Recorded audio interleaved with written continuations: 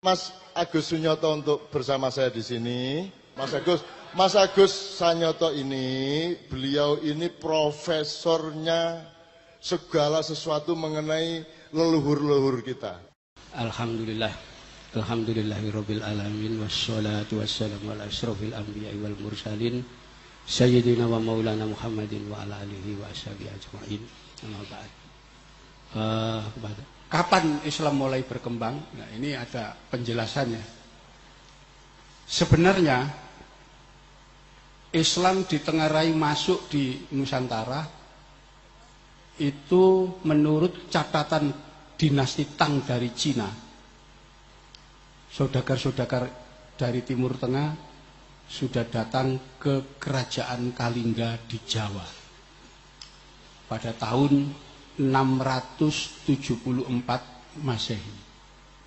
Ya, 674 itu peralihan dari Khalifah Ali bin Abi Thalib ke Umayyah.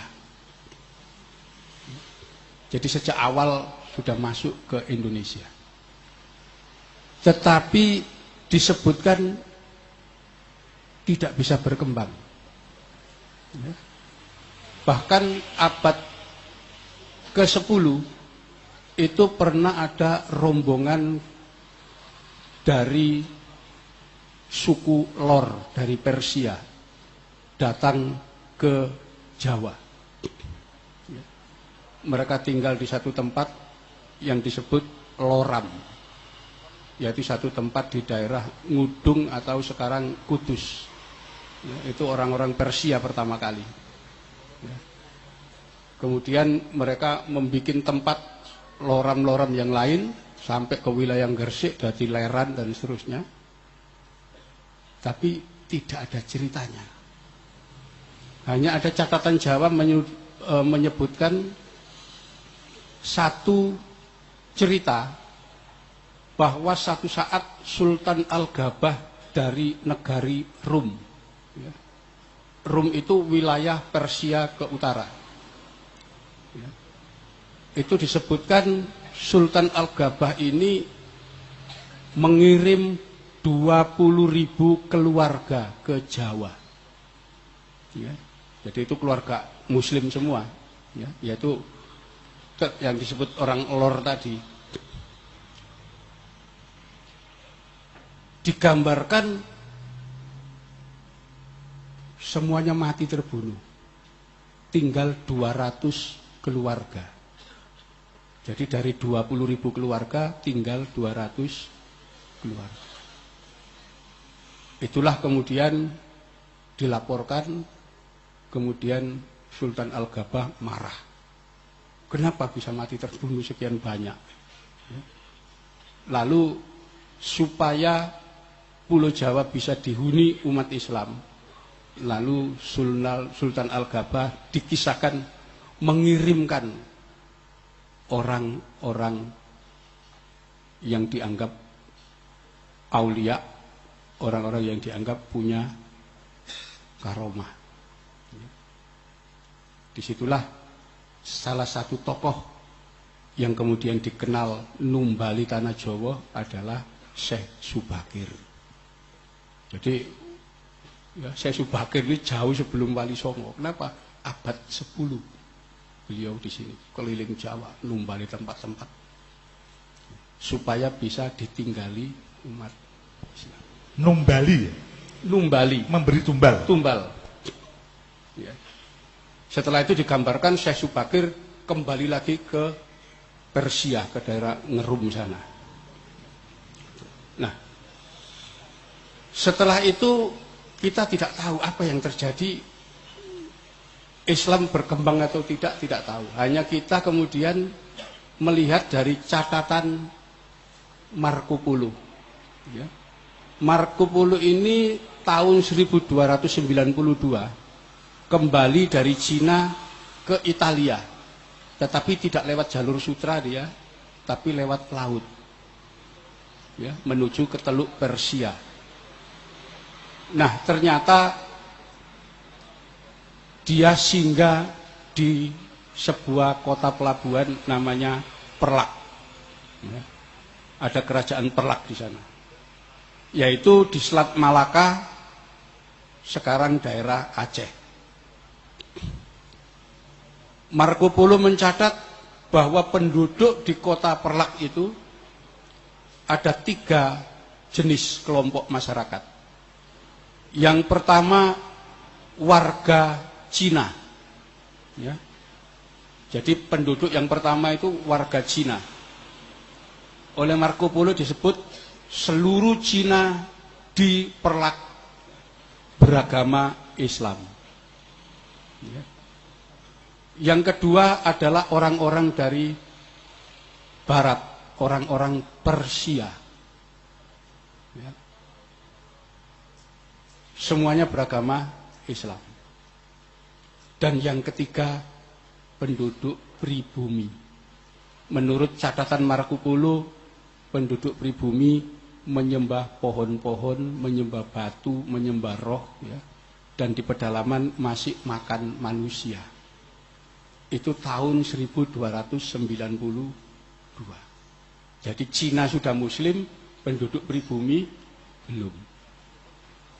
Ya. 100 tahun setelah perjalanan Marco Polo, ya, datanglah Laksamana Cheng Ho ke Jawa. Ya. Tahun 1405. Cheng Ho mencatat ketika singgah di Tuban, dia menemukan ada 1000 keluarga Cina Muslim. Ya. Ketika singgah di Pelabuhan Gresik, juga dia mencatat dan menghitung ada 1000 keluarga Cina, semuanya Muslim.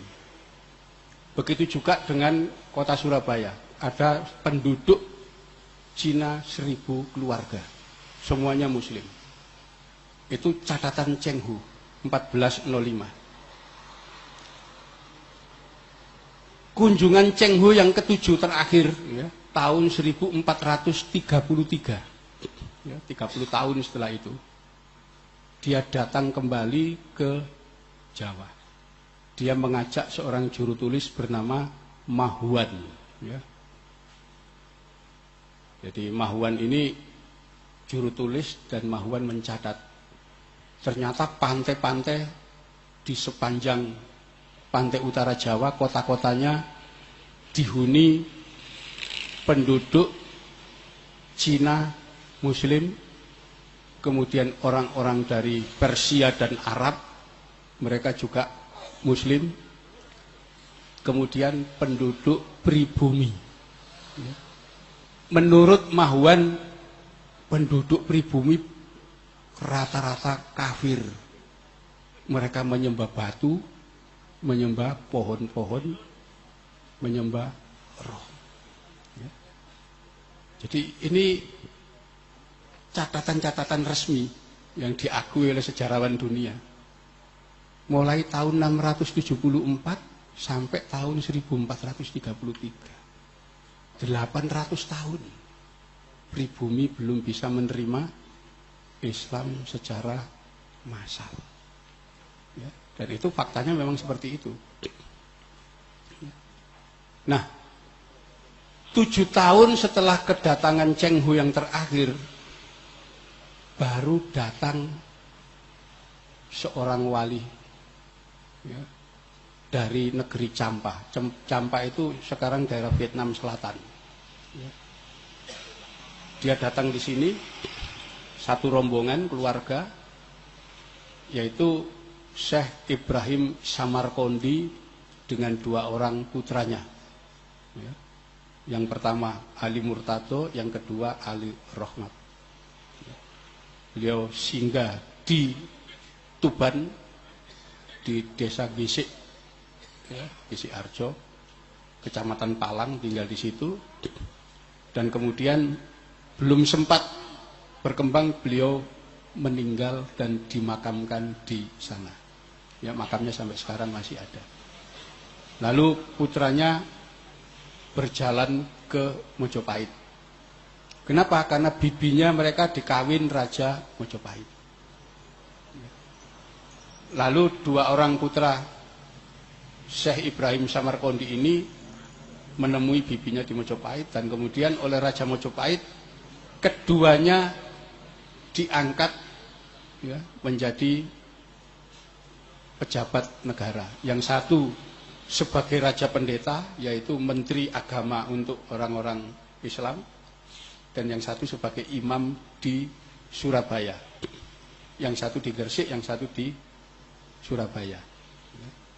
Raden Rahmat inilah yang jadi imam di Surabaya, yang kelak kita kenal dengan nama Sunan Ampel. Itu pertama kali mereka datang ke sini. Jadi orang asing dari Vietnam sana asalnya. Nah, dari Sunan Ampel ini kemudian lahir Sunan Bonang, Sunan Derajat, ya, putri-putrinya, dan kemudian punya murid Sunan Giri, Raden Pata, dan seterusnya. Itulah membentuk Wali Songo. Ya. Jadi bangunan Wali Songo itu kira-kira dibentuk 30 tahun setelah kedatangan Sunan Ampel. Ya, karena ketika Sunan Ampel datang di sini 1440 itu beliau masih belum menikah. Karena itu butuh waktu sekitar 30 tahun supaya putra-putranya, murid-muridnya dewasa, kemudian melakukan dakwah. Itulah era Wali Songo. Tahun 1470-an mulai berkembang dan berdakwah. Kira-kira 40 tahun setelah dakwah Wali Songo, seorang Portugis bernama Tommy Pires datang ke Jawa tahun 1413, dan dia mencatat sepanjang pantai utara Jawa penguasa-penguasanya adalah para adipati Muslim. Ini sudah kelihatan ya. Sebelumnya sepanjang pantai utara itu penduduk pribuminya menurut Mahuan kafir. Ya. Tetapi 1513 Tommy Pires mencatat seluruh pantai utara dikuasai adipati-adipati beragama Islam. Muslim. Artinya Islam baru berkembang begitu rupa ya, sampai jadi penguasa-penguasa di sepanjang pantai utara. Itu pasca Wali Songo. Sebelum Wali Songo tidak ada. Islam tidak dianut oleh penduduk pribumi. Ya. Tahun 1522 itu ada seorang pengelana dari Itali, tapi dia menggunakan kapalnya Portugis, datang juga ke Jawa. Dan di situ dia menyaksikan bagaimana penduduk pribumi di sepanjang pantai utara Jawa itu semuanya beragama Islam. Di pedalaman masih ada kerajaan Mojopahit. Rajanya bernama Wijaya. Tapi sudah tidak berkembang. Itu kesaksian itu. Artinya Islam baru berkembang zaman Wali Songo. Ya. Nah inilah yang sampai sekarang dipertanyakan oleh banyak sejarawan. Kenapa begitu cepat dakwah Islam di era Wali Songo? Dalam tempo 40 tahun sampai 50 tahun pengislaman begitu meluas. Padahal 800 tahun ditolak. Ya. Apa yang menjadi penyebab itu? Di situ. Bagaimana Islam bisa diterima begitu luas oleh masyarakat pribumi? Ya. Dan inilah yang kita temukan, ternyata ada metode-metode dakwah yang dijalankan oleh Wali Songo yang itu menjadi penyebab kenapa Islam begitu cepat bisa diterima.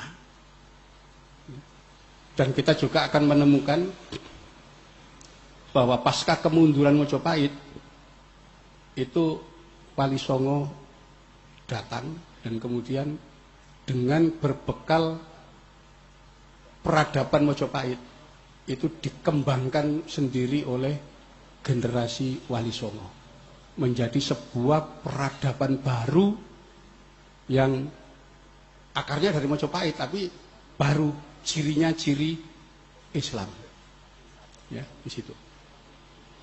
Jadi kita ambil contoh misalnya begini, sampai era Demak ya, itu masyarakat masih dibagi menjadi dua kelompok besar ya, jadi Demak awal itu masyarakat masih dibagi menjadi dua kelompok besar mengikuti era Mojopahit. Yang pertama adalah kelompok yang disebut golongan Gusti, yaitu orang yang tinggal di dalam keraton. Dan yang kedua adalah golongan Kawulo, itu masyarakat di luar keraton. Gusti itu artinya tuan, masyarakat yang di luar keraton disebut Kawulo. Kawulo itu artinya budak, yaitu orang yang tidak punya hak milik apa-apa, dia semuanya milik keraton, milik tuannya. Itu struktur itu ya. Karena itu masyarakat zaman Mojopahit itu tidak punya hak milik, semua milik kerajaan. Dia hanya hak pakai saja. Kalau raja mau memberi sesuatu kepada seorang kawula yang dianggap berjasa, maka dia diberi tanah simah atau tanah perdikan ya. Nah, yang dirintis Wali Songo ya, terutama gerakan yang dilakukan Syekh Siti Jenar ya, dan kemudian dengan Sunan Kalijogo juga itu adalah mengubah struktur masyarakat. Jadi masyarakat Gusti dan Kawulo itu dianggap tidak relevan dan tidak manusiawi. Karena itu digunakanlah struktur masyarakat baru, komunitas baru yang disebut masyarakat. Ya. Diambil dari bahasa Arab musyarakah, orang yang bekerja sama, orang yang sederajat dan bekerja sama. Mereka bukan kawulo, mereka bukan budak, tapi orang merdeka. Itu gerakan pertama Wali Songo itu. Itu sebabnya ada perubahan struktural ya, yang esensial dalam struktur yang membedakan antara kawulo dengan masyarakat. Golongan Gusti itu kalau menyebut kata ganti diri waktu itu dengan kata-kata ulun atau ingsun.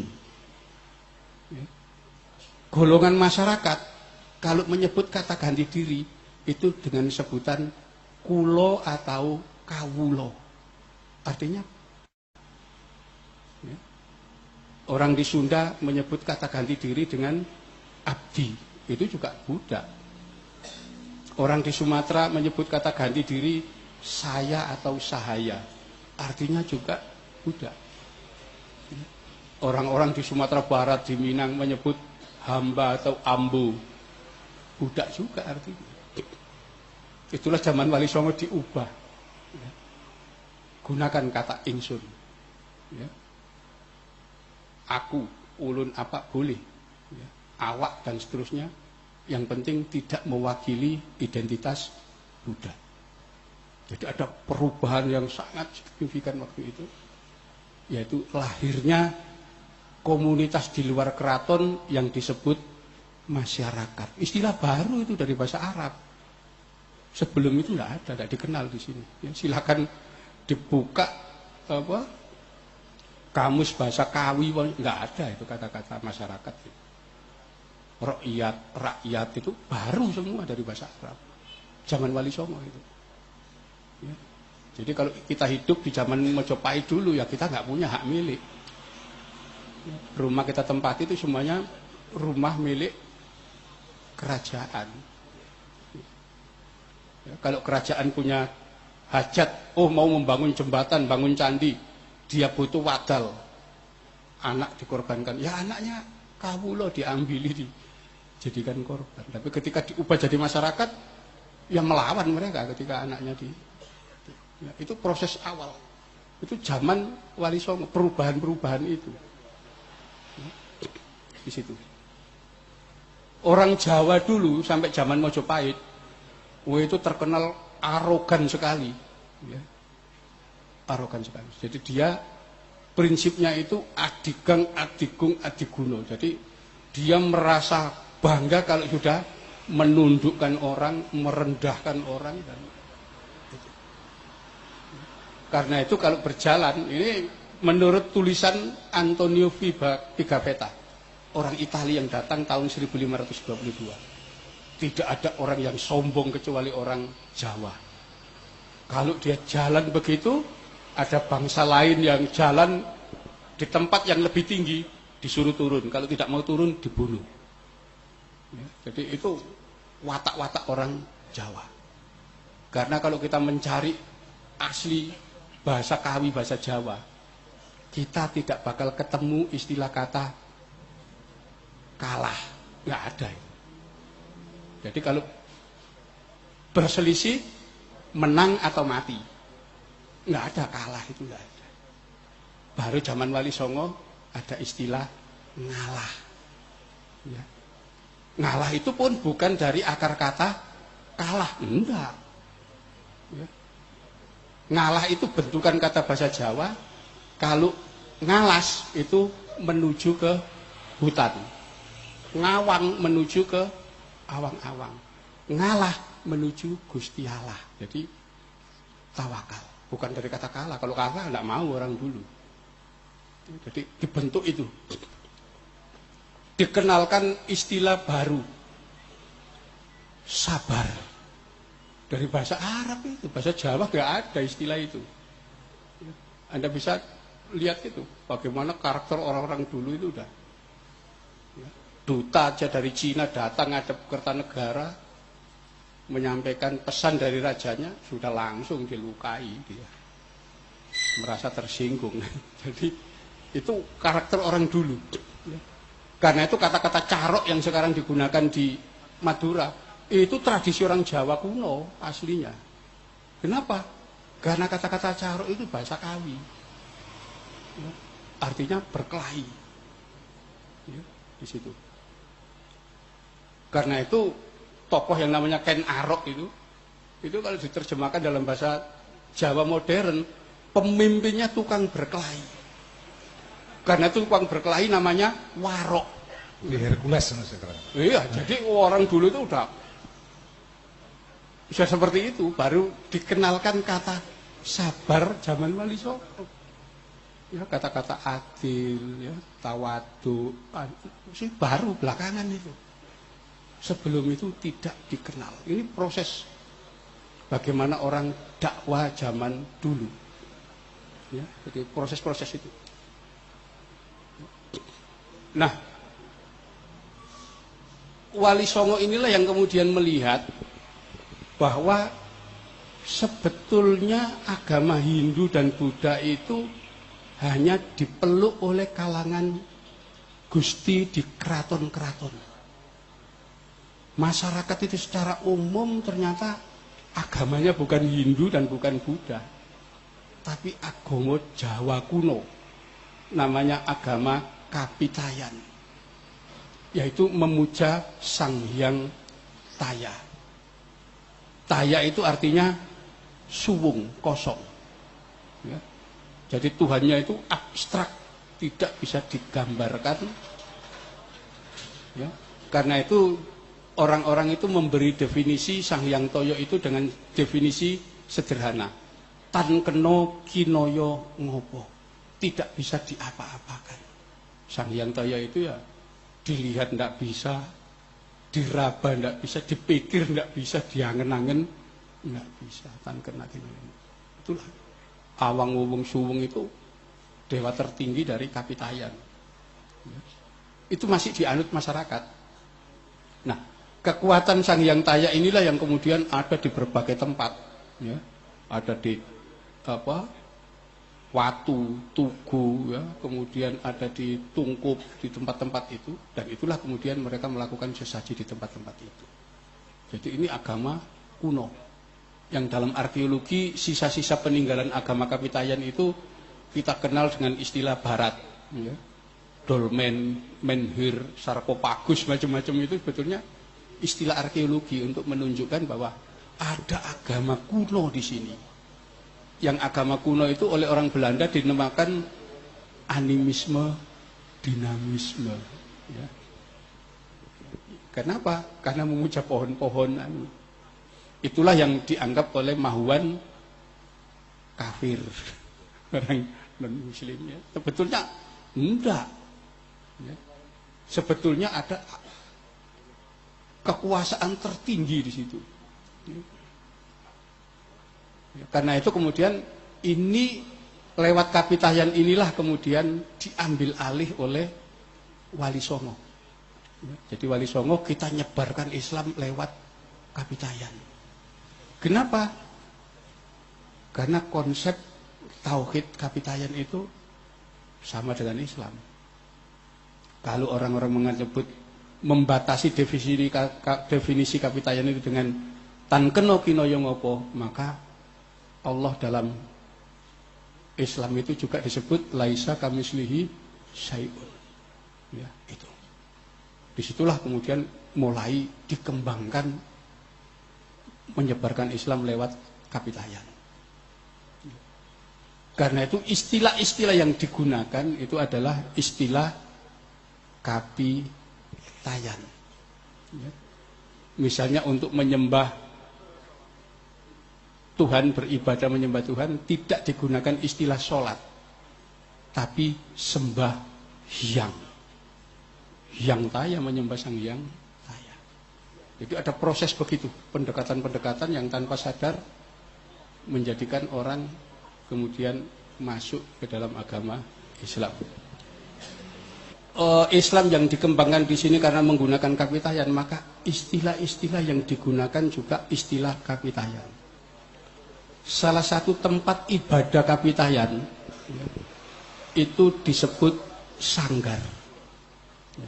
Sanggar itu bangunan 4 persegi, kemudian pada dindingnya itu ada lubangnya, ada lubang kosong, yaitu simbol dari Sang Hyang Taya.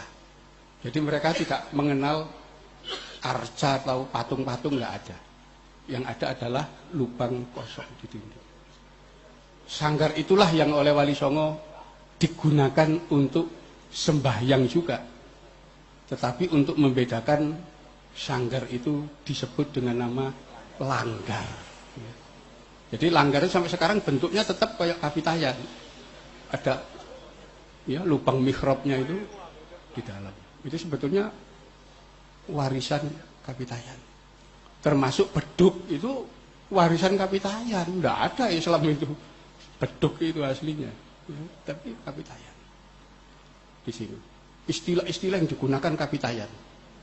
Karena itu ada ibadah tidak makan mulai pagi sampai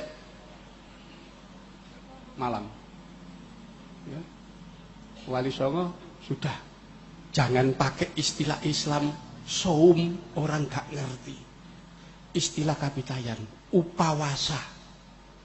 Ya, upawasa jadi puasa.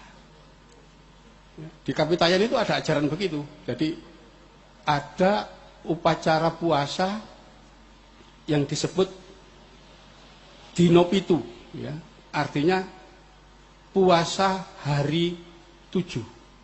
Ya. Yang dimaksud hari 7 ini adalah puasa pada hari kedua dan hari kelima. Orang yang melaksanakan puasa hari kedua dan kelima itu nilainya sama dengan puasa 7 hari. itu sudah langsung ditangkap aja sama Wali Songo. Ya sudah, dijalankan aja poso dino pitu ini. Kenapa?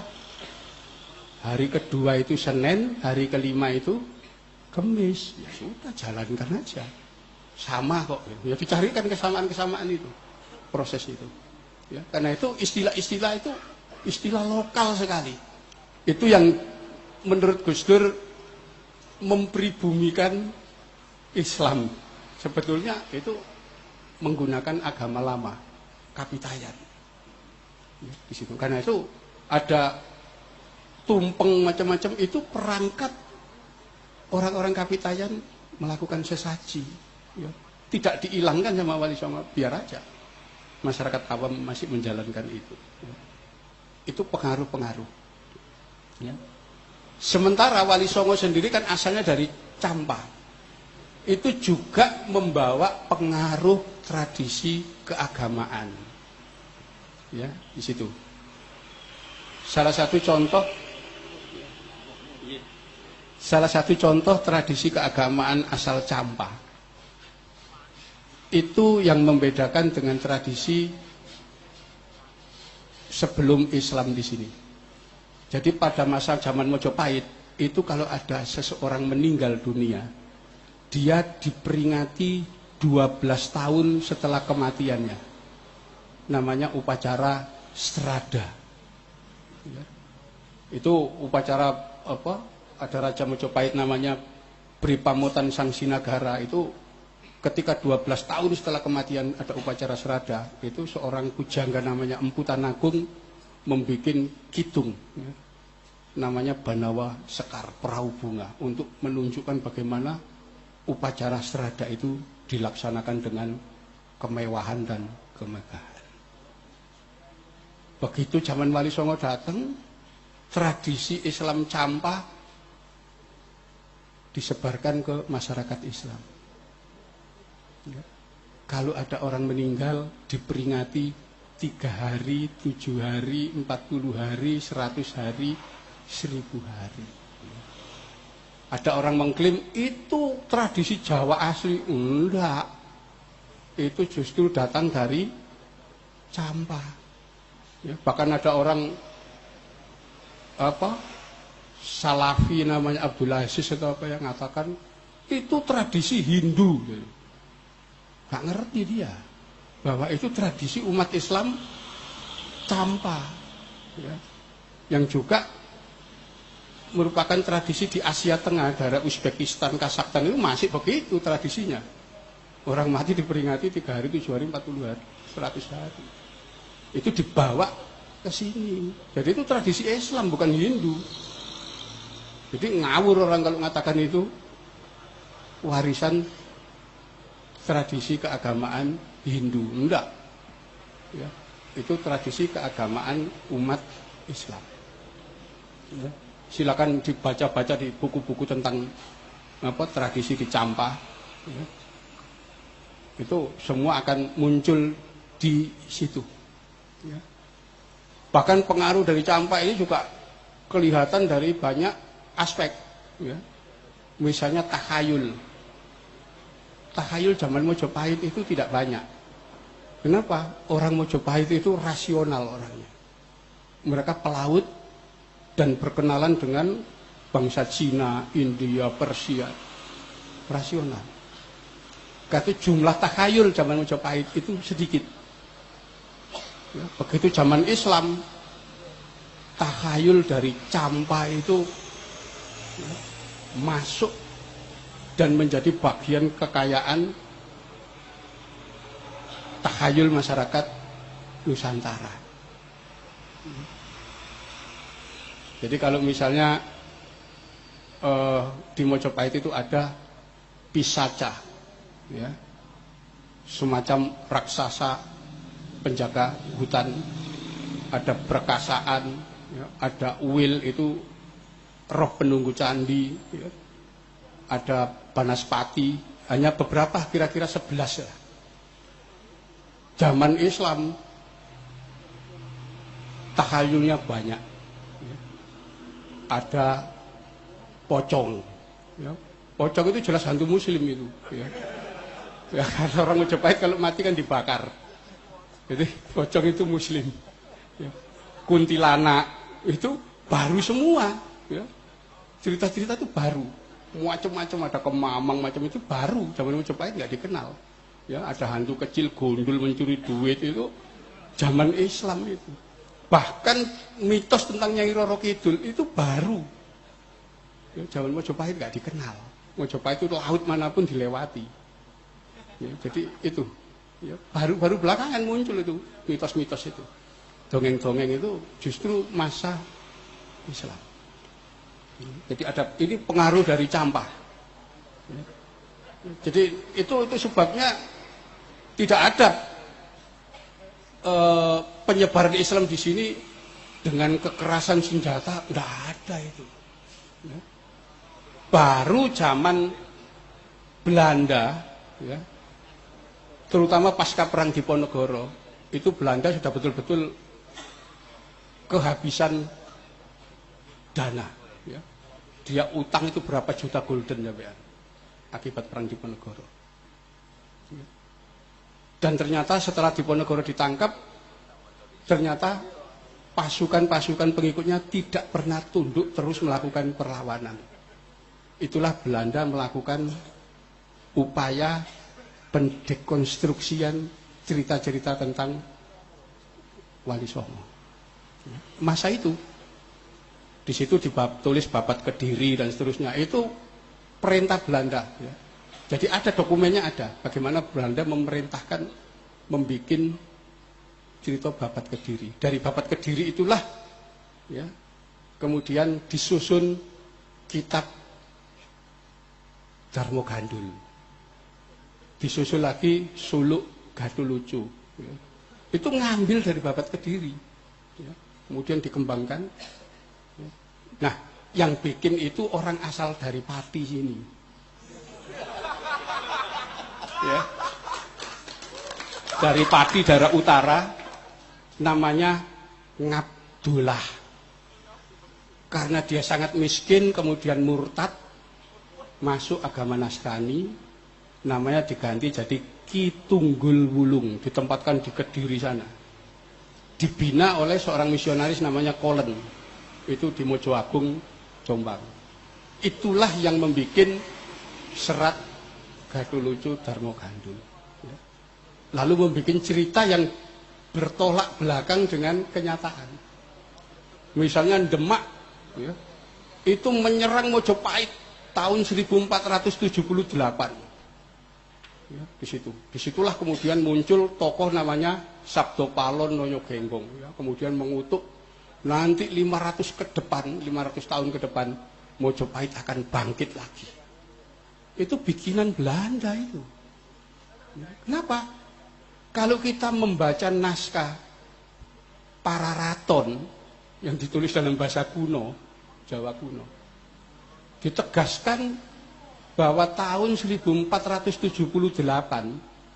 atau tahun Jawanya tahun 1400 yang diberi Condro Sengkolo sirno ilang kertaning bumi, itu Mojopahit diserang Girindrawardana, ya, Raja Hindu dari Kediri, bukan dari Demak. Dari mana ini cerita Demak nyerang Mojopahit itu? Ya bikinan zaman Belanda itu. Dimunculkan tokoh mitos Sabdo Palonyo zaman itu. Ya. Saking kuatnya dongeng bikinan Belanda itu sampai Presiden Soeharto percaya bahwa tahun 1478 itu Demak betul-betul menyerang Mojopahit. Tidak ada naskah kuno menyebutkan tahun itu Demak menyerang Mojopahit. Itu serangan dari Girindrawardana. Naskah apapun semua sama. Itulah 500 tahun setelah itu janjinya Sabdo Pahlon dipenuhi. Karena itu 500 tahun setelah 1478 itu adalah tahun 1978. Itulah untuk pertama kali disahnya aliran kepercayaan sebagai simbol bangkitnya Sabdo Palon Noyo Genggong. Ya keliru. Ya kajian sejarahnya keliru sekali sudah. Oh, ya bikinan Belanda kok. Ada lagi Belanda membuat naskah dari kelenteng Sampukong. Ya, katanya Presiden Portman merampas 3 cikar kronik Cina dari kelenteng Sampukong di Semarang. Kemudian ternyata setelah 3 naskah yang 3 cikar tadi dibaca, itu menyebutkan Wali Songo itu semuanya adalah orang-orang Cina.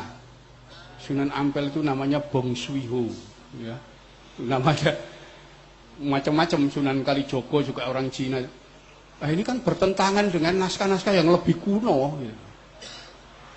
Dan ternyata kalau kita kaji lebih teliti, bener nggak naskah itu? Kapan Presiden Portman itu merampas naskah itu? Ternyata kalau kita lihat dari Almanak van Nederland Indi, ya, di mana Almanak van Nederland Indi ini menyebutkan seluruh jajaran pejabat pemerintah kolonial, ya, sejak tahun 1810 sampai tahun 1942. Itu dokumennya masih ada. Sejak awal tahun 1810 sampai 1842 kita cari nama Presiden Portman, tidak ada di situ. Itu artinya kan palsu kan, nggak ada orangnya kok disebut itu loh. Ya. Dan kalau kita tanya, ya, jadi sempat saya waktu ke Belanda itu tanya kepada De Graaf, ya, waktu itu tahun 90-an masih hidup, ya, tentang naskah kronik Cina dari kelenteng Sampukong. Apa jawaban beliau? Udah nggak usah dipakai itu, nggak ada itu. Jadi memang tidak ada naskah itu, bikinan Belanda. Jadi Belanda itu diam-diam membuat sejarah sendiri untuk mengacukan perjuangan umat Islam, terutama mematahkan perjuangan pengikut Diponegoro. Disitulah diskreditkan macam-macam dongeng-dongeng cerita baru disebutkan. Ya. Jadi kalau nanti Anda membaca cerita, oh ada tokoh Sabdo Palon, Noyo Genggong, itu bikinan Belanda. Ya. Kenapa? Naskah yang lebih kuno tidak ada. Ya. Bahkan Babat Tanah Jawi itu ada versi Belanda sendiri, namanya Babat Tanah Jawi versi Olthof. Ya, bukunya sekian. Padahal Babat Tanah Jawi yang asli, yang pernah diterbitkan Balai Pustaka, 24 jilid, 1 jilid segini, 24. Anda bisa bayangkan, diringkes jadi 1 buku tipis. Dan ini yang banyak digunakan orang. Kan keliru sudah. Jadi Belanda itu diam-diam membuat naskah. Salah satu naskah yang dia bikin yang itu membuat pertentangan antara orang Sunda dengan Jawa, itu Kidung Sunda, di mana digambarkan peristiwa Bubat Gajah Mada membunuh Raja Sunda beserta keluarganya, pembantaian besar. Itu membuat orang Sunda percaya dan marah. Padahal kalau kita lacak, kapan naskah ini muncul? Tahun 1860. Ya, ternyata yang bikin orang dari Bali atas suruhan Belanda. Ya. Sunda itu kerajaan besar. Kalau memang peristiwa itu pernah ada, pasti ditulis oleh kerajaan Sunda. Ya. Naskah-naskah Sunda itu ternyata nggak ada yang menyinggung masalah itu. Ya. Bagaimana peristiwa sebesar itu nggak disinggung di kerajaan Sunda? Sedangkan tradisi saja ada ditulis dalam naskah Siksa Kandang Karsian. Semua naskah masalah perbintangan, kalender apa aja ada semua. Kenapa peristiwa pembunuhan itu nggak ditulis di sana? Di Mojopahit juga nggak pernah nyinggung ada peristiwa itu. Apa bikinan Belanda semua, memang tujuannya untuk merusak sejarah Indonesia. Ya, jadi itu memang di situ. Karena itu kemudian terutama Wali Songo ini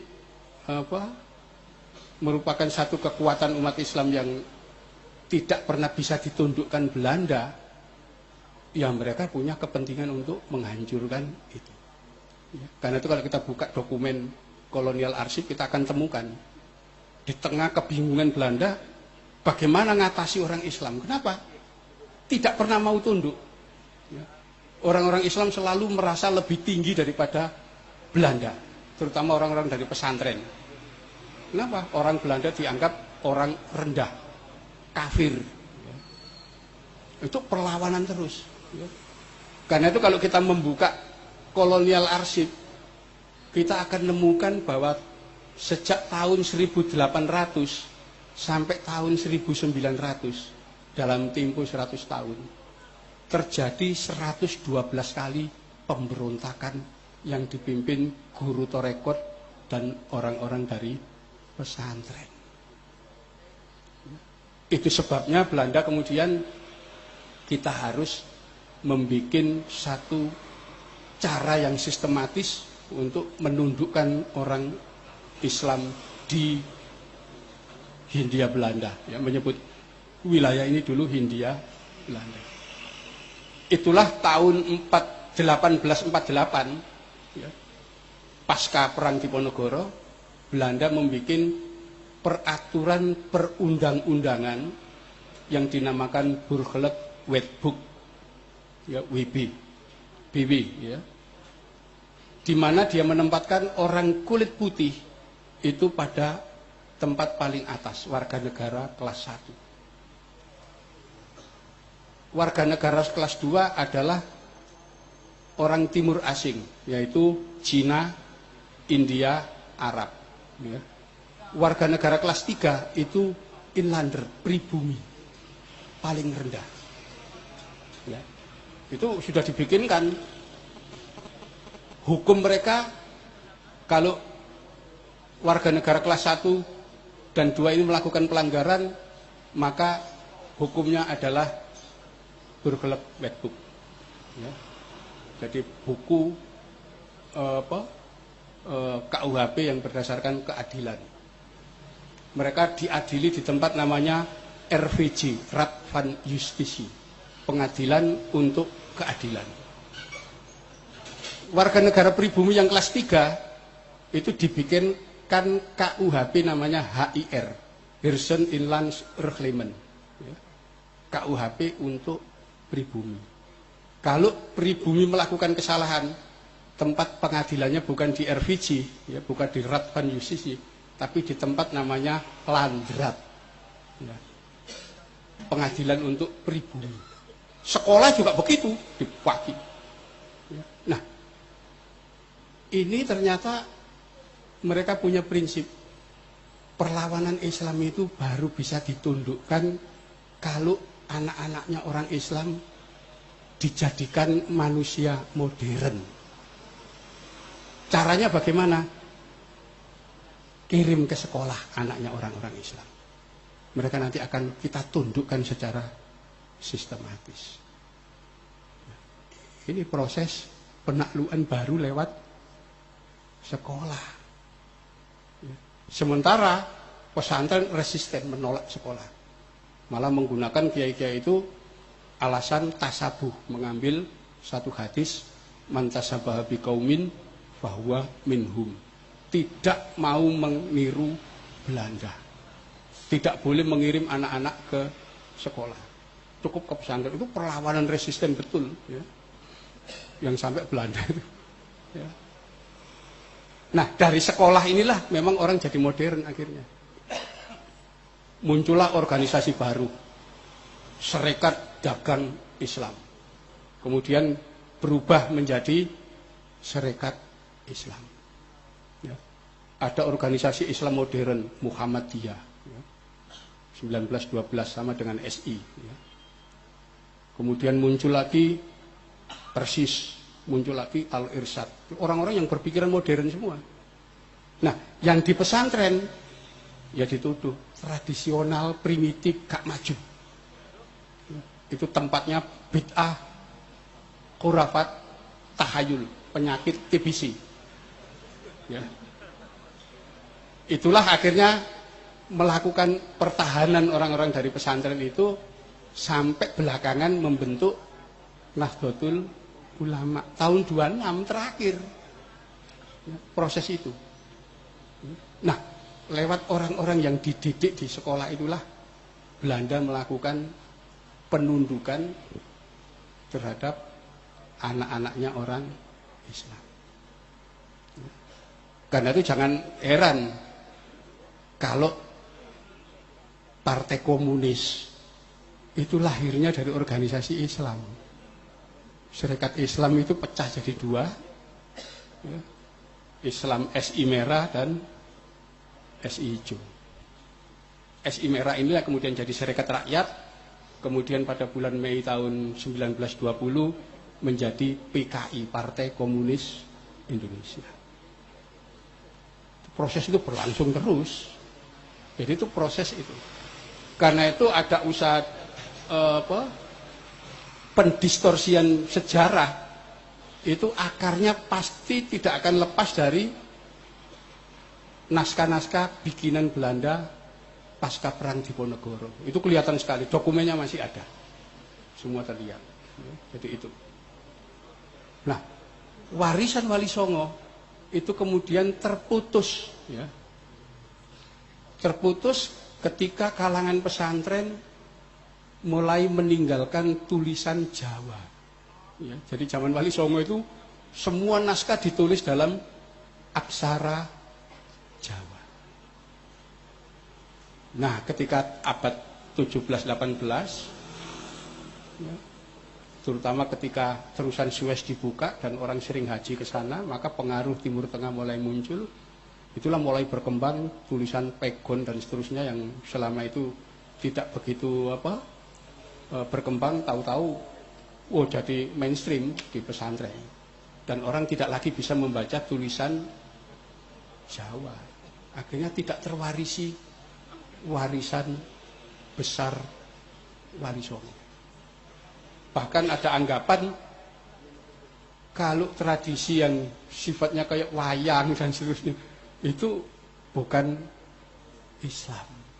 Itu terjadi proses itu. Itulah akhirnya umat Islam di sini betul-betul terputus dari warisan Wali Songo. Padahal kalau kita melihat Wali Songo luar biasa sebetulnya. Peradaban baru pasca Mojopahit itu peradaban warisan Wali Songo. Ya. Misalnya kita lihat dalam teknologi, ya, yang berkaitan dengan metalurgi, peleburan besi dan baja. Zaman Mojopahit itu orang bisa membuat pusaka, ya, keris, tombak, panah dan seterusnya, bahkan membuat barunastra itu semacam torpedo air. Ya. Jadi seperti panah besar gitu. Itu kalau ditembakkan dari laut itu kena kapal, kapal itu bisa jebol. Ya. Kenapa? Karena ujungnya dibikin dari besi. Tapi sebatas itu. Begitu zaman Wali Songo, kerajaan Demak itu mampu memproduksi meriam-meriam ukuran besar. Dan semua diekspor, ya, ke Malaka, ya, ke Pasai. Bahkan sebagian zaman Oda Nobunaga dibeli Jepang. Jadi Jepang itu beli meriam dari Demak dulu.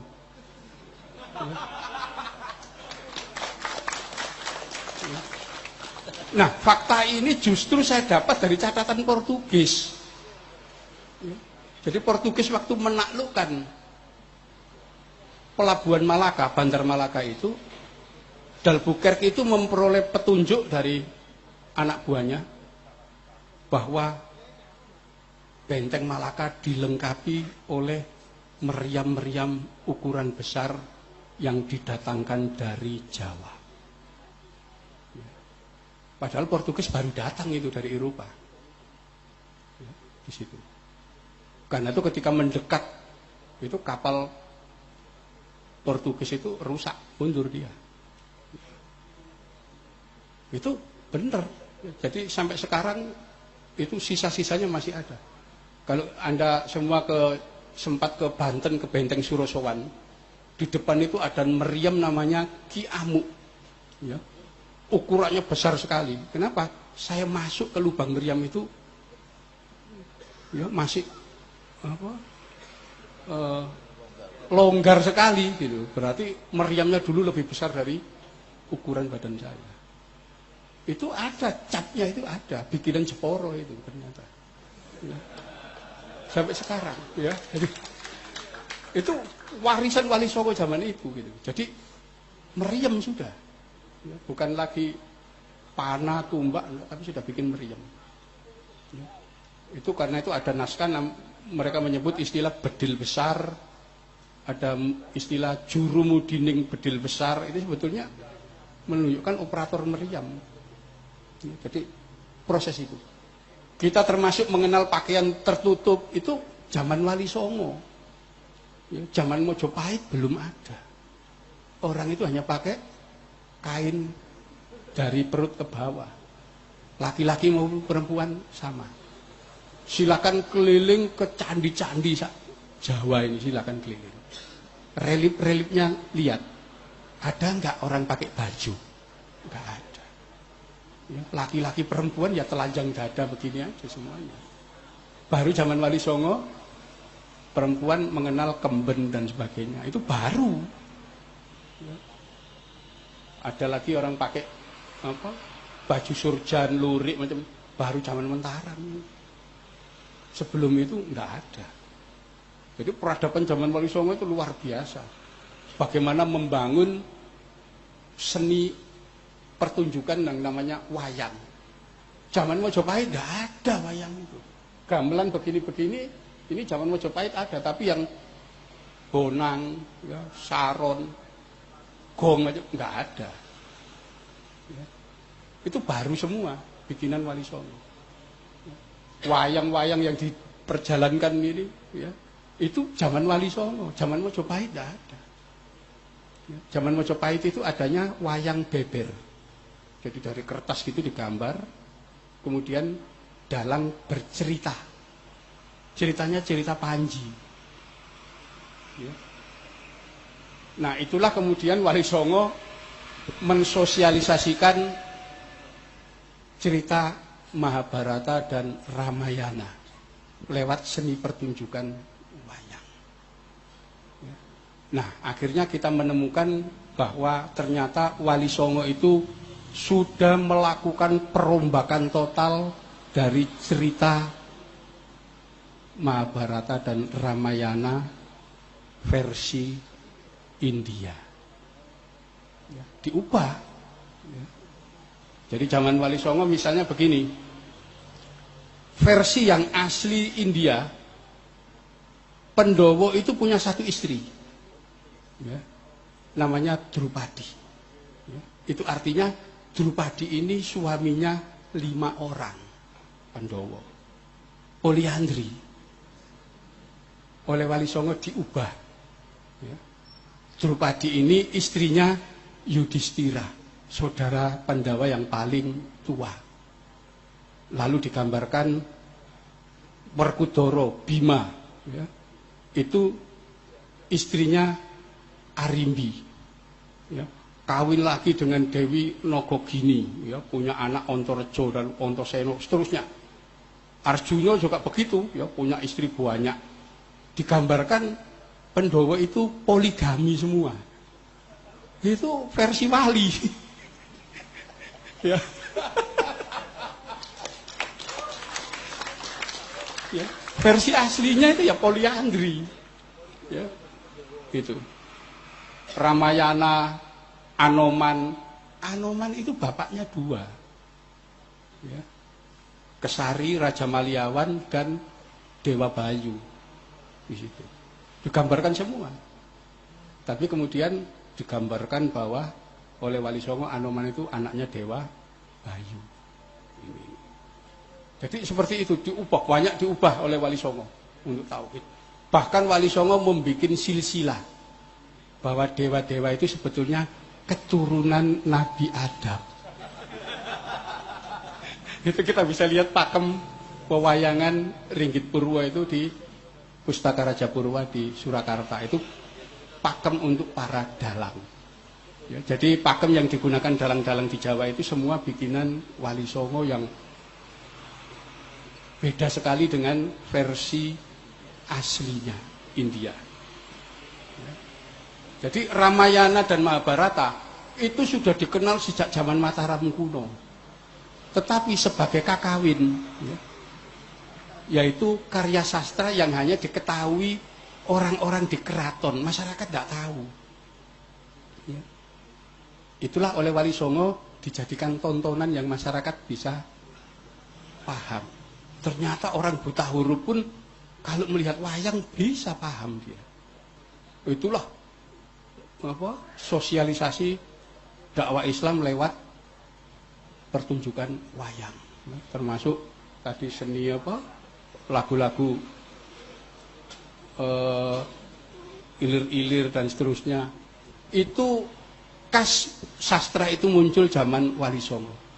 Jadi zaman Mojopahit itu hanya ada 2 jenis, yaitu kakawin, itu dari kawya-kawya Sansekerta sana India, jadi kakawin, dan kidung.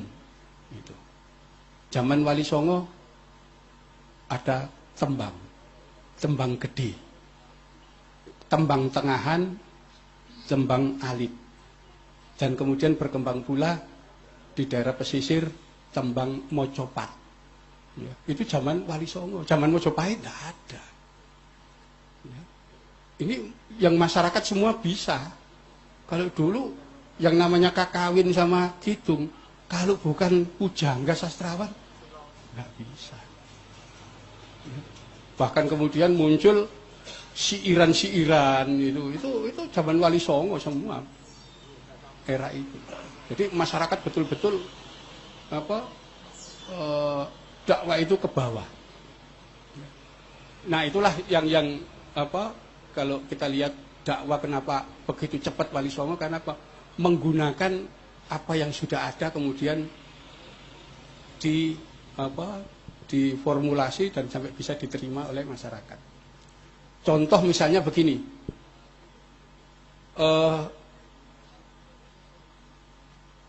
selamatan, ya, kenduren. Dari mana akarnya itu? Ya. Itu sebetulnya kreasi Sunan Bonang, ya, yang kemudian dikembangkan oleh wali yang lain juga. Jadi ada agama Tantrayana yang dianut oleh raja-raja di Nusantara, ya, dengan sektenya namanya Bhairawa Tantra. Itu mereka agama yang memuja Dewi Bumi, Durga, Dewi Kali, Dewi Pertiwi dipuja. Mereka ini kalau melakukan ritual ibadah itu membuat lingkaran di tempat namanya Kesetra. Setra. Yang terbesar setra di Mojopahit namanya Setralaya. Ya, Setralaya itu yang sekarang orang-orang nyebut Troloyo dan sebetulnya dari kata-kata Setroloyo. Lingkaran ini, ya, itu disebut upacara Pancamakara. Upacara Pancamakara atau lebih lazim disebut Molimo, 5M. Mamsya, Matsya, Madhya, Maituna, Mudra. Mamsya itu daging, Matsya itu ikan, ya ikan yang hidup di air. Madhya itu arak minuman keras, Maituna itu seksual, dan Mudra ini semedi. Jadi dalam upacara mereka membentuk lingkaran, laki-laki perempuan dalam keadaan telanjang. Di tengah-tengahnya ada makanan yang terbuat dari daging, mamsa, ikan, matsya, minuman keras, madhya. Itu mereka makan. Setelah selesai, mereka melakukan maituna, bersetubuh rame-rame. Setelah nafsu perut dan nafsu syahwat terlampiaskan, dalam keadaan tanpa nafsu, mereka melakukan semedi. Itu upacara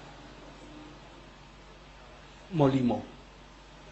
Kenapa dulu wali melarang jangan menjalani molimo yang dimaksud upacara itu.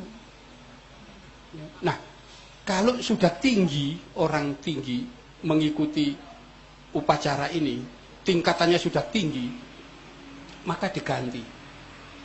Mamsya itu dari daging hewan diganti jadi daging manusia. Ya. Matsya, ya, dari ikan-ikan biasa diganti ikan suro, ikan hiu. Ya. Madya dari arak diganti menjadi darah manusia. Itu upacara untuk tingkat tinggi. Ya.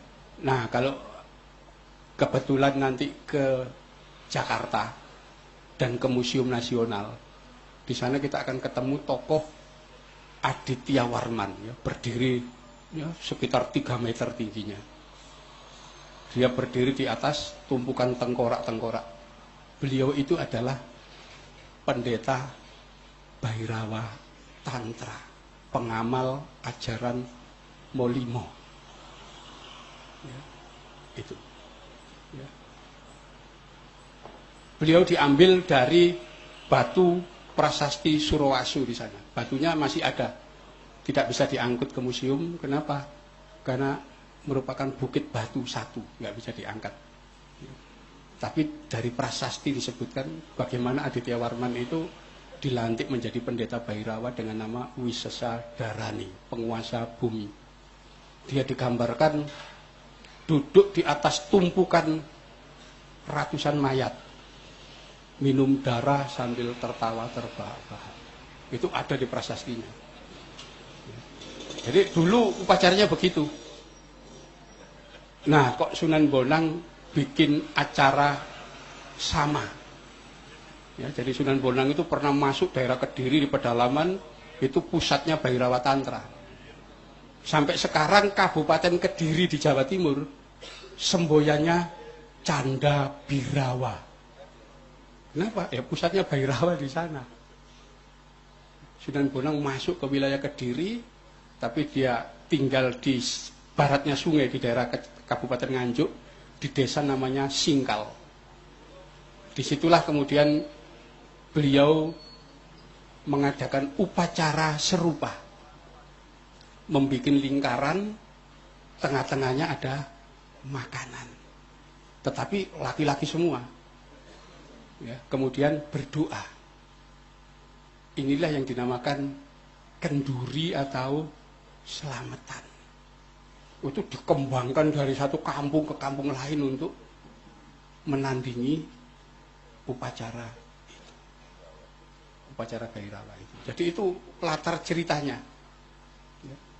Karena itu kalau kita membaca Serat Kondo misalnya nemukan, loh, Sunan Bonang kok pakai gelar Sunan Wadat Cokrawati, ya. Pakai nama Cakrawati dia. Kenapa? Karena pimpinan imam upacara Bhairawa itu namanya Cakra Iswara, Cakreswara. Cakra itu pemimpin cakra.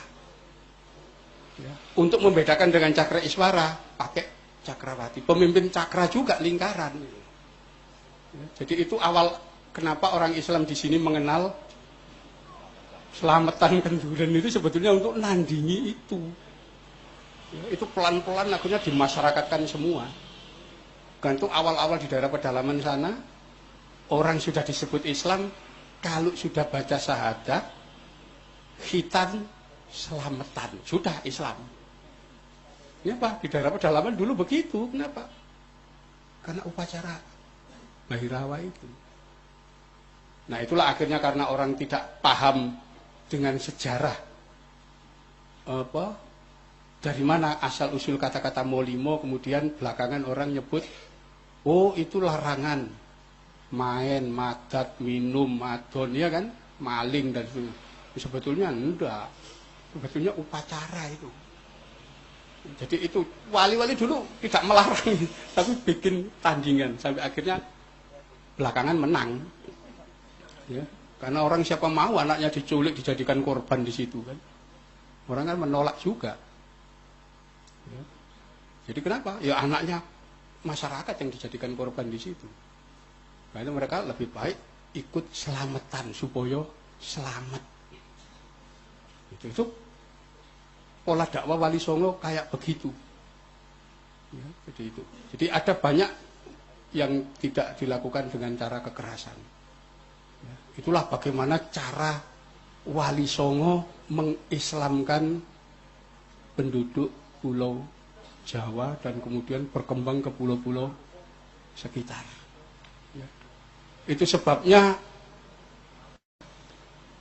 saya pribadi merasa tidak ridho, tidak rela kalau perjuangan Wali Songo itu kemudian apa? Mau disingkirkan, ya. Dinafikan seolah-olah itu dongeng, itu enggak ada, faktanya ada. Ya. Itu sebabnya kemudian saya ya dengan segala kemampuan nyusun buku Atlas Wali Songo. Ya, itu mengumpulkan data arkeologi bahwa tokoh ini ada, bukan dongeng. Kenapa? Prasasti-prasastinya ada, peninggalan ada. Karena itu di buku Atlas Wali Songo itu yang memberi pengantar Profesor Mundarjito, itu arkeolog. Ya. Jadi memang sejarah, iya memang Wali Songo harus diakui ada. Jangan dianggap bahwa itu dongeng. Ya, jadi ini yang bisa saya sampaikan, ya, bahwa Islam berkembang di Nusantara tidak ada jeda 800 tahun sejak kedatangan awal sampai kedatangan Wali Songo. 800 tahun nggak bisa diterima orang di sini. Ya. Tidak ada satupun bukti sejarah yang mengindikasikan Islam pernah dianut secara massal oleh masyarakat selama kurun waktu 800 tahun. Sejak tahun 674 sampai kedatangan Sunan Ampel tahun 1440. Jadi 800 tahun itu masa kosong. Islam tidak dianut secara massal. Baru setelah zaman Wali Songo, itu fakta sejarah ya. Kita harus mengakui bahwa ya memang pasca Wali Songo baru Islam berkembang luas. Karena itu yang kita warisi itu adalah Islam warisan Wali Songo yang sekarang ini. Saya kira itu mudah-mudahan nanti kita bisa memiliki pandangan yang baru bahwa tentang keberadaan Wali Songo beserta ajarannya yang sampai saat ini masih dijalankan oleh sebagian besar umat Islam di Indonesia, ya, dan mungkin nanti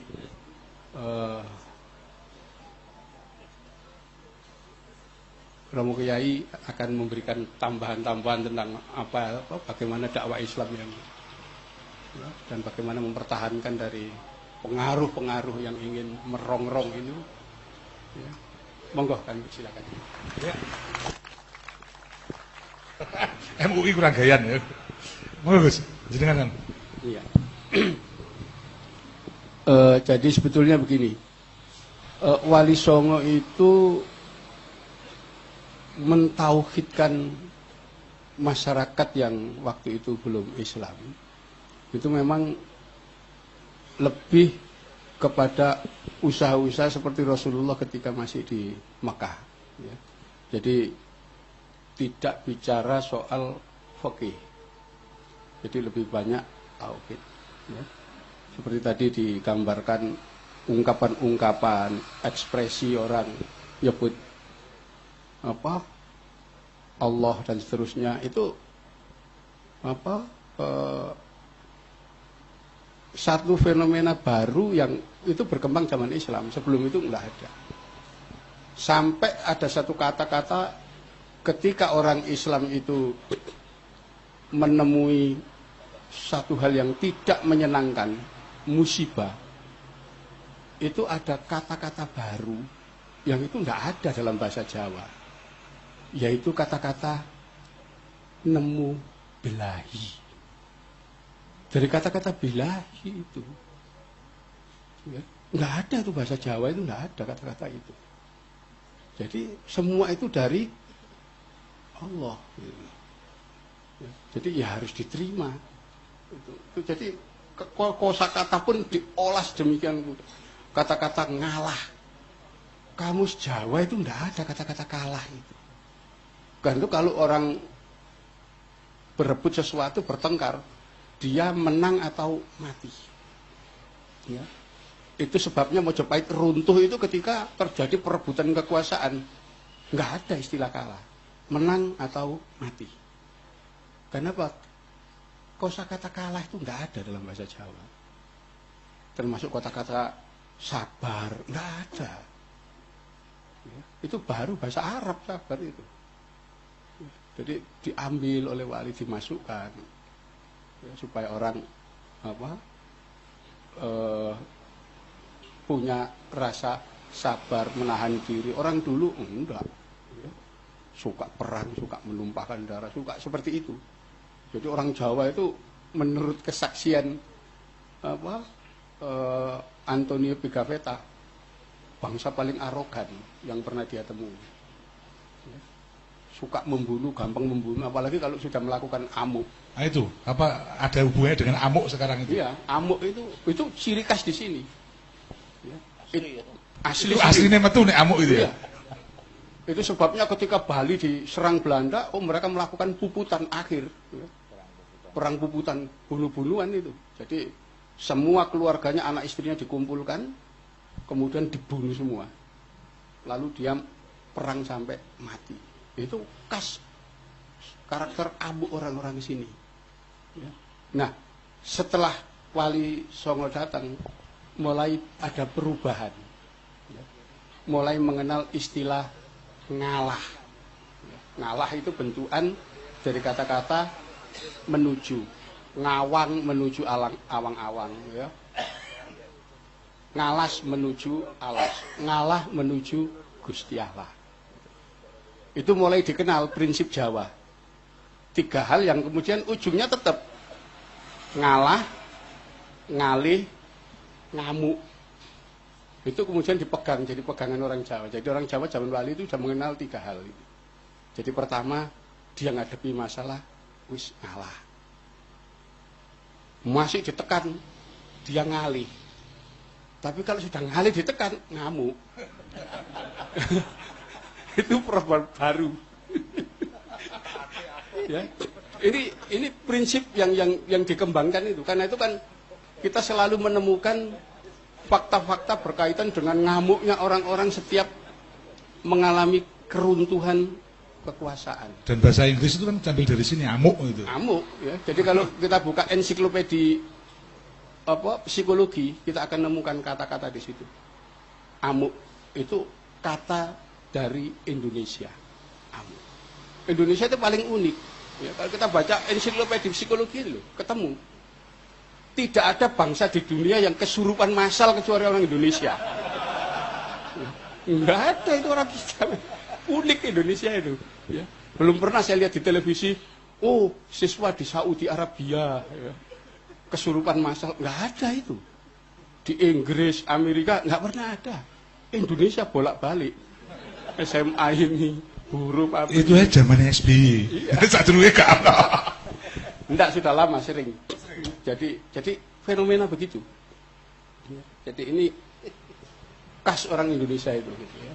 Jadi seringkali antara logika Barat dengan logika masyarakat itu gak nyambung. Ya, misalnya orang kalau mau pinter itu harus belajar.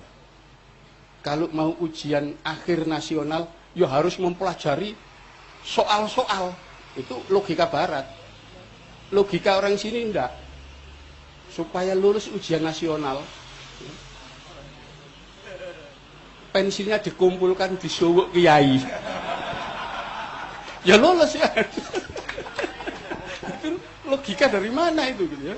Itu enggak bisa. Jadi memang itu khas di sini ada sesuatu yang ya, istighosa, ziarah kubur rame-rame.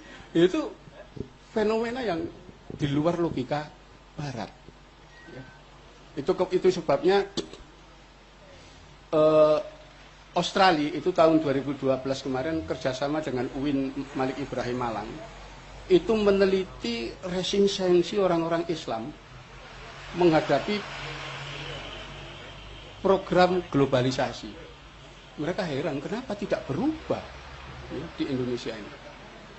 Globalisasi harusnya orang itu sudah meninggalkan segala yang sifatnya lokal, tradisional, itu masih ada di sini. Bahkan ketika mereka diajak turun, melihat fakta loh, di pesantren ini ternyata kiai-kiai itu ngajar menggunakan bahasa Jawa. Ya. Apa tidak ada pesantren ngajar bahasa Indonesia? Enggak, wong kitabnya masih bahasa Jawa semua kok. Tafsir Quran Jalalain bilugotil Jawi itu ya bahasa Jawa. Santri bicara dengan kiai pakai bahasa Indonesia apalagi bahasa Inggris itu dianggap sulul adab. Masih bahasa Jawa itu heran orang-orang Australia itu. Ternyata masih lokal, masih kuat. Itu artinya program globalisasi untuk menghilangkan semua identitas lokal di Indonesia gagal mereka. Kenapa? Masih ada resistensi orang-orang yang mempertahankan lokalitas di situ. Jadi ini diteliti betul. Jadi ini memang ciri di Indonesia kayak begitu. Jadi rupanya globalisasi nggak jalan di sini. Hanya sebagian aja mempengaruhi, tapi lokalitas itu masih sangat kuat, tidak terpengaruh. Ini ya. Bahkan Profesor Greg Barton datang ikut waktu itu. Ya. Bahkan ketika ada dosen di sana juga, Dr. Johnson namanya, dia tanya kepada kiai, kenapa kiai mengajar masih dalam bahasa Jawa? Ya. Kenapa tidak ditingkatkan padahal semua sudah bahasa Inggris dan seterusnya? Ya kiainya kan tidak bisa jawab. Ya. Kenapa? Ya memang tradisinya seperti itu. Nah kebetulan saya itu ngajar di jurusan Sastra Inggris Universitas Brawijaya. Saya jelaskan kenapa para kiai itu masih menggunakan bahasa Jawa dalam mengajarkan agama Islam. Kenapa? Karena kalau agama Islam itu diajarkan pakai bahasa Inggris, bahasa Inggris itu bahasa yang sangat sederhana, tidak mampu menafsirkan semua kosakata yang ada dalam Al-Quran maupun hadis. Bahasa Jawa itu bahasa yang sangat kaya, yang sangat kompleks. Wah, rupanya dia tersinggung. Dia tersinggung. Bagaimana Anda mengatakan bahasa Jawa, bahasa yang sangat luas, kompleks, dan bisa menjadi bahasa keilmuan? Padahal faktanya selama ini Inggris. Enggak. Saya katakan bahwa Inggris itu bahasa yang sangat sederhana. Saya ambil contoh, coba Anda lihat itu, ya, itu sawah di depan, yang warnanya kuning itu orang Inggris menyebut apa? Rice. Orang di sini menyebut itu pari atau pantun. Ya. Pari itu kalau diketam, ya, kalau dipotong, kemudian diikat, itu orang menyebut gabah. Inggris menyebut apa? Rice. Gabah itu kalau diambil satu biji, itu namanya las. Inggris menyebut apa? Rice. Gabah kalau dikupas, itu namanya beras atau was. Inggris menyebut apa? Ya rice. Gabah kalau patah, 1 atau 2, 3, 4, menir namanya. Inggris menyebut apa? Rice. Nah, beras ini kalau dimasak matang, namanya sego. Inggris nyebutnya apa? Rice. Beras ini kalau, sego ini kalau diambil satu biji, upoh. Inggris rice. Ya. Dan beras ini kalau sudah kering namanya karak. Inggris tetap nyebut itu rice. Bagaimana mau menafsirkan Quran? Satu kata ini cuma diterjemahkan satu kata, rice. mewakili banyak macam gitu. Jadi kita sebetulnya sederhana. Jadi harus memahami bahwa kenapa digunakan bahasa Jawa. Karena bahasa Jawa mampu menjelaskan semua kosakata. Karena kaya. Inggris enggak sederhana dia. Misalnya kata kerja, itu tadi saya contoh kata benda kata kerja. Anda ketika ya, begini, itu mengangkat, menjinjing, ya. Atau orang Jawa mengatakan nyengkewing. Inggris menyebut ini carry. Nanti kalau ini saya tetapkan di atas, itu namanya menyunggi, nyunggi. Inggris tetap carry.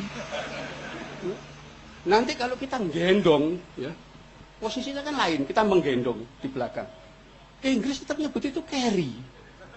Ya, di situ. Kita mekul, kan lain posisinya. Inggris tetap nyebut itu carry. Jadi semua gerak kita maknanya cuma satu kata. Itu kan bahasa yang sangat sederhana. Sangat miskin. Gitu. Karena itu gampang gitu, belajar Inggris ya. Jadi itu, karena itu apa? Jadi saya mengatakan kalau saya mempelajari bahasa Inggris itu bukan karena bahasa Inggris itu bahasa hebat, gitu. Tetapi kita tahu orang Inggris tidak cukup pintar untuk mempelajari bahasa Jawa. Karena itu ya kita bahasa Inggris lah untuk sekedar belajar bisa komunikasi. Jadi itu. Jadi mereka betul-betul baru paham gitu. Bahwa kenapa di pesantren itu bahasa Jawa masih dipertahankan. Rupanya memang semua kosakata itu luar biasa banyak. Sangat kaya sekali bahasa Jawa dengan idiom-idiom yang tidak ada dalam bahasa lain. Ya.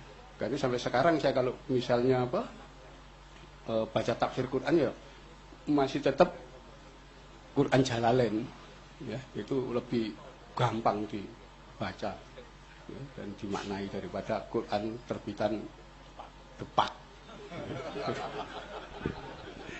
Ya. Ya, karena keliru kok. Ya.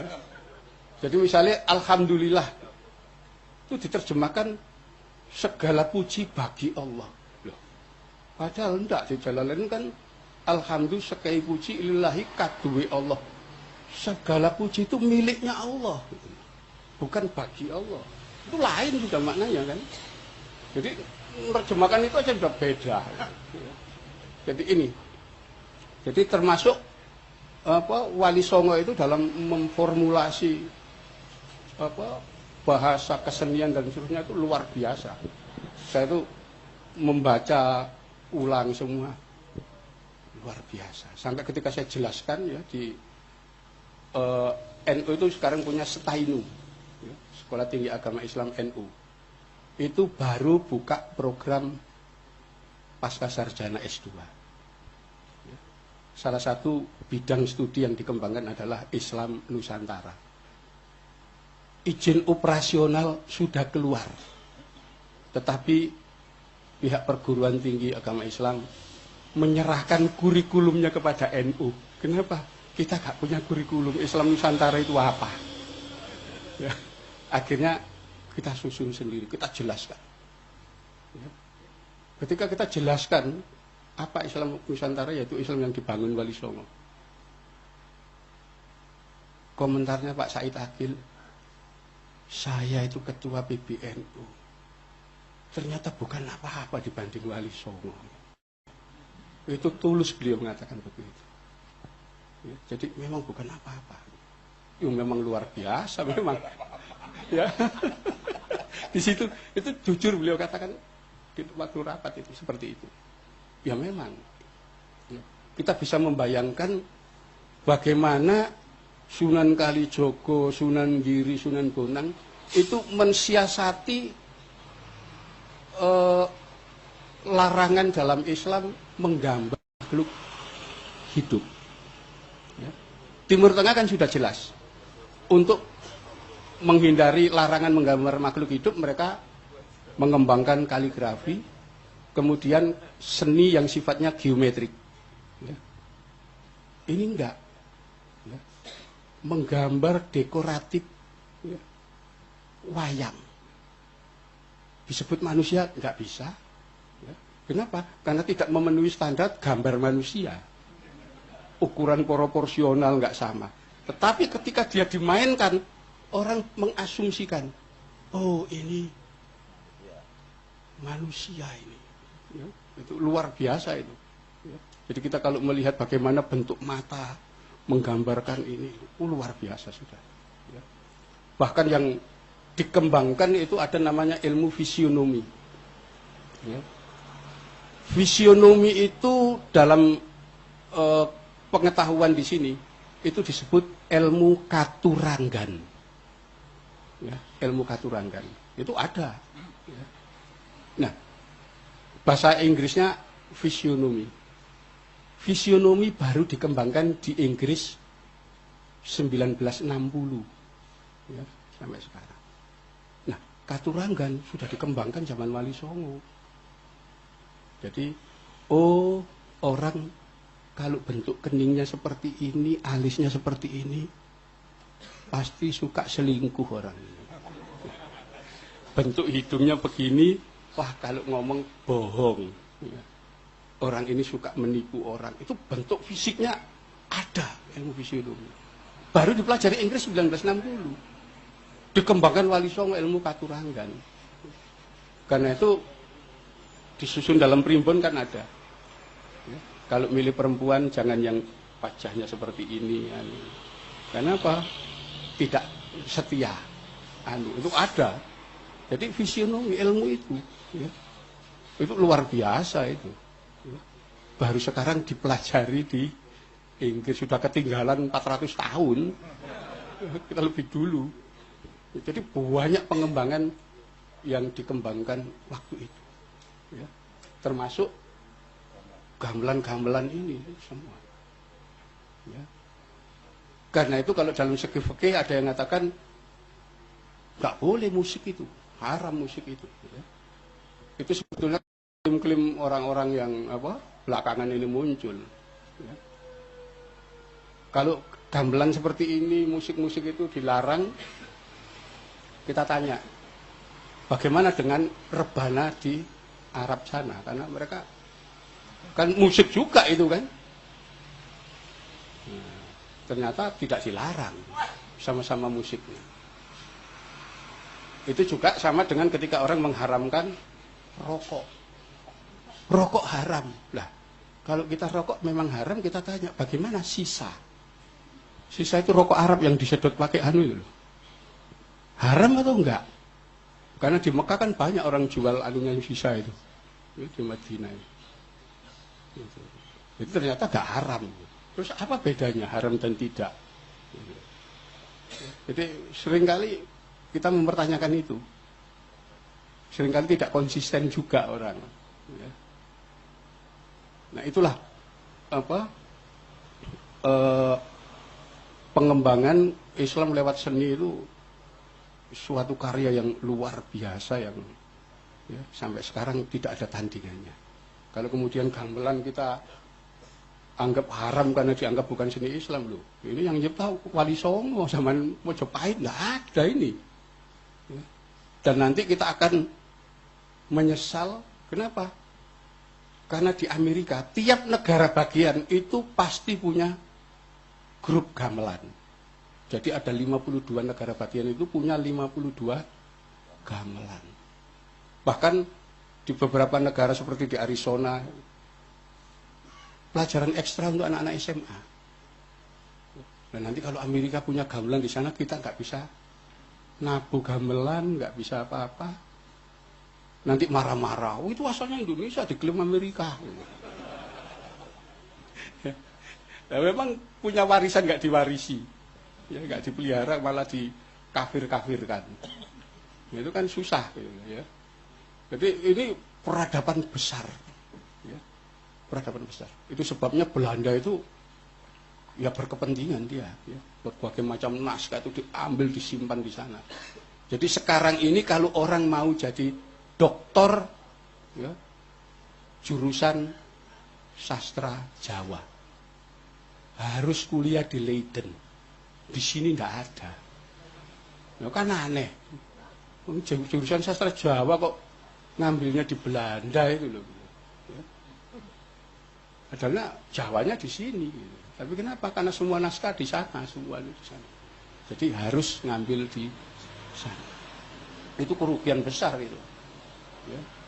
Dan kebanyakan umat Islam sekarang tidak mampu lagi mewarisi Wali Songo. Kenapa?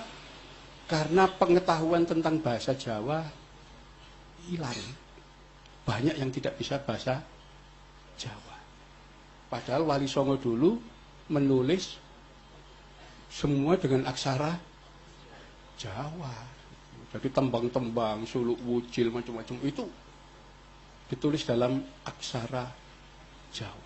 Ilmu pengobatan, usada dan seterusnya, ya, ilmu perbintangan, kalender dan seterusnya dibikin sampai diformulasikan Sultan Agung itu kalender Jawa dengan kalender Hijriyah disatukan. Kenapa bisa? Karena kalender Jawa itu kalender Komariah berdasarkan bulan, Hijriyah juga berdasarkan bulan, itu disatukan. Ya. Jadi formulasi itu. Dan itu kita sampai sekarang sulit ya untuk mengubah kalender hasil formulasi yang dilakukan Sultan Agung. Kenapa? Karena salah seorang sarjana matematika dari Universitas Brawijaya ketika saya suruh ngitung, coba kamu hitung. Ya. Kalender ini sistemnya, hitungannya seperti ini, rumusnya begini. Dia bingung. Ini matematika kalkulus, Pak. Dia. Masa zaman Sultan Agung sudah kenal kalkulus gitu. Ya nggak ngerti. Kan kalkulus baru aja kan. Tapi ternyata sudah jadi rumus zaman dulu sudah digunakan itu. Jadi memang luar biasa.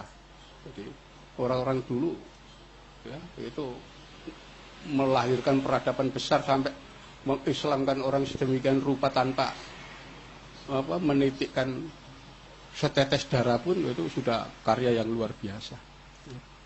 Karena itu kita bisa mengatakan bahwa Wali Songo dalam dakwanya telah berhasil mengislamkan ya, Nusantara ribuan orang jadi mayoritas. Tetapi sekarang mulai muncul kelompok-kelompok orang yang malah tidak membuat umat Islam mayoritas, tapi menjadi umat Islam minoritas. Kenapa? Kalau dulu katakan umat Islam jumlahnya 90%, sekarang 85%. Ya, kelompok-kelompok yang menganggap pembaharu ini, ya, yang mau membawa Islam ke yang asli ini mengatakan enggak, umat Islam cuman jumlahnya 0,1%, tidak sampai 1 juta. Kok bisa begitu? Iya, yang lain kan bukan Islam. Yang Islam cuma saya dan kelompok saya. Ini malah mengkafirkan orang Islam. Ya, jadi ini yang terjadi sekarang kayak begitu. Ya, jadi kalau Wali dulu mengislamkan banyak orang, sekarang malah mengkafirkan orang yang sudah